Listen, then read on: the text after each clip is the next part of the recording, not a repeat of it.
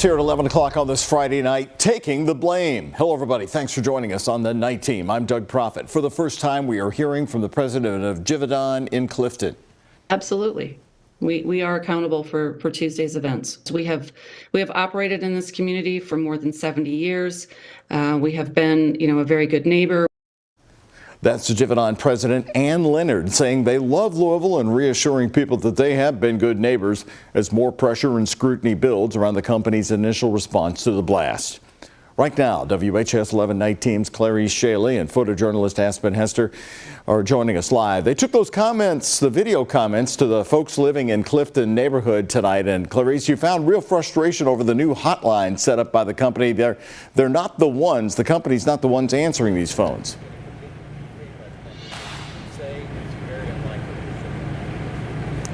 Yes, Doug, that's right. People are surprised when the third-party company Belfour answers the call. And what's even worse is some of them don't even know what DDW, DD Williamson, or Givaudan even is, just adding to that frustration in this cleanup process. Had you ever seen Ann Leonard before, knew who she was? No idea. We're showing some Clifton neighborhood residents the president of Givaudan for the first time. After she talked for the first time in a 30-minute Zoom news conference, the biggest headline from it, their fault. Absolutely. We are accountable for Tuesday's events. We have tried very hard to be a good resident of the neighborhood. Nothing's been done about the odors. I constantly hear alarms going off. Doesn't seem neighborly. No, it doesn't seem neighborly to me. Days after lives were lost, properties damaged, and their plant explosion, Givaudan receives direct questions. No, it's traumatizing. It's going to be burned in their memories forever. I don't feel like there was anything they said today that couldn't have been said on, Wednesday. People have been calling that hotline. Thanks for calling Belfour Property Restoration. And we were very clear with this third party that it needed to be a live person and it needed to be handled quickly. It's not what I got this morning. He was absolutely clueless. Absolutely clueless. No idea what I was talking about. Leonard's response to those issues. I can simply tell you that was certainly not our experience when we tested the line. People are thankful. I came home yesterday and it was gone, thankfully. To start seeing things moving forward. Fingers crossed. We'll start working towards that new normal soon. Until they meet. We are prioritizing taking care of the community that we have been a part of for more than 70 years. Silence, it's deafening, and it really kind of contradicts what she just said. Face to face. Lives are worth more than a factory.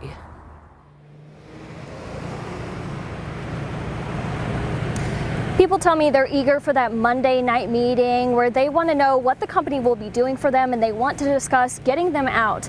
Leonard told us today that the company does plan on compensating people but wants to focus on the response before discussing the possibility of moving the company out of the neighborhood. Live on Payne Street, Clarice Shaley, WHAS 11 night team on your side. Clarice, thank you. City leaders are also expressing their frustration with the company. Mayor Craig Greenberg telling us today he thought that tip line was a direct line to Givaudan. I was told that was to call the company directly. That's disappointing. I will encourage the company to be sure there's a company number that is posted. The company's president again today telling us that they went through a third party as they simply just do not have the staff members to answer calls. As for the investigation into what exactly caused the explosion, Louisville's fire chief told us at 5 o'clock tonight that they're making good progress and they hope to have it all wrapped up, the initial phase at least, the investigation possibly completed by Saturday night. But we're far from done at that point. They still have to crunch all those numbers, get all that data, figure out what's going on. As soon as we do have a cause, we certainly will release that to the public as best we can.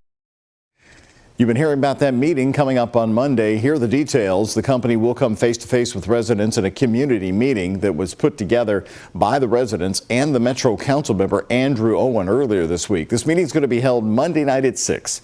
It's at the United Crescent Hill Ministries building. That's on State Street. Expected to be a full house. That building is not that big. Along with Metro Council member Andrew Owen in attendance, WHAS 11 News will be there bringing you team coverage right here on Monday evening. Well, the Louisville Fire Department was truly tested this week, responding not only to the plant explosion in Clifton, and then last night, 9 hours carefully rescuing a construction worker buried alive. Now, the dramatic moment at 8:26 last night, the rescue happening when crews finally pulled the worker 10 feet out of the ground, carried off to the ambulance, sent to University Hospital located just around the corner. Today we learned an EMS worker was in that hole with the man for nearly 7.5 hours. Deputy Mayor David James watched the entire rescue unfold from a drone feed. They were scooping it up with their hands literally and put it in the bucket because they didn't know the extent of his injuries. They didn't want to make those injuries any worse, didn't want to cause him any more pain than he was already in. Mayor Greenberg also telling us today he spoke with the man's doctors and that worker is expected to survive. And now, for the first time, we're hearing the incredible details of how firefighters first spotted the trapped man from the chief of the Louisville Fire Department himself, who was right there. WHAS 11 Night Team's Alexandra Goldberg talked to Brian O'Neill here at WHAS tonight. And Alexandra, the part about how they kept this man breathing is unbelievable. Doug, the rescue story is unbelievable, and it's just one of two very tense and stunning events that tested the Louisville Fire Department just 2 days apart from each other. There are 2 dead in that factory explosion, and then that one construction worker who lived through a nearly 9-hour rescue mission. Chief Brian O'Neill takes us back to the harrowing moment when they first spotted the trapped worker. They dug down probably 6 to 8 inches before they came to that hard hat. Now they know where he is. This drone picture provided by Deputy Mayor David James shows the head of the trapped construction worker still wearing his helmet. The hard hat signaled to Louisville Fire where to find the worker. He had fallen nearly 12 feet into a space, completely buried, but with space to breathe. There's so much weight pushing in, but there was enough debris around. He was just very fortunate that it wasn't crushing his chest and his lungs at the time. Then the rescue at 8:26 last night, and now new details emerge about the reality. Eventually, his cell phone, which also didn't break, got out of his pocket. He was able to call his family. It was an intense week for Louisville Fire. 2 of our citizens that lost their lives on Tuesday with this horrible explosion. We had this gentleman yesterday that, although it was a successful rescue, it started with a terrible tragedy, a traumatic event that this man was trapped for such a long time. An explosion at the Givaudan factory in the Clifton neighborhood on Tuesday. And a nail-biting rescue from the rubble at the former Community Correction Center. Now an active demolition site for the new medical complex downtown on East Chestnut Street. We've seen trench rescues where a person is only buried up to their waist and it's still fatal. And here you had a person completely buried and yet they were able to be successful. So you can never take anything for granted. The community holding their breath. The chief saying a successful rescue could never be certain. This is about as bad as it can get for a trench collapse, confined space rescue. But a response with the fire crew that he will certainly remember. If I'm looking back to this, sitting on my rocking chair, hopefully sipping a good Kentucky bourbon, we just wanted to have that tremendous pride that I was fortunate enough to serve alongside the men and women of the Louisville Fire Department. Well, the chief says the last he heard about the condition of the man trapped in the debris is that he's still in the hospital but is recovering well. Live in the studio, Alexandra Goldberg, WHAS 11 Night Team, on your side. Doug.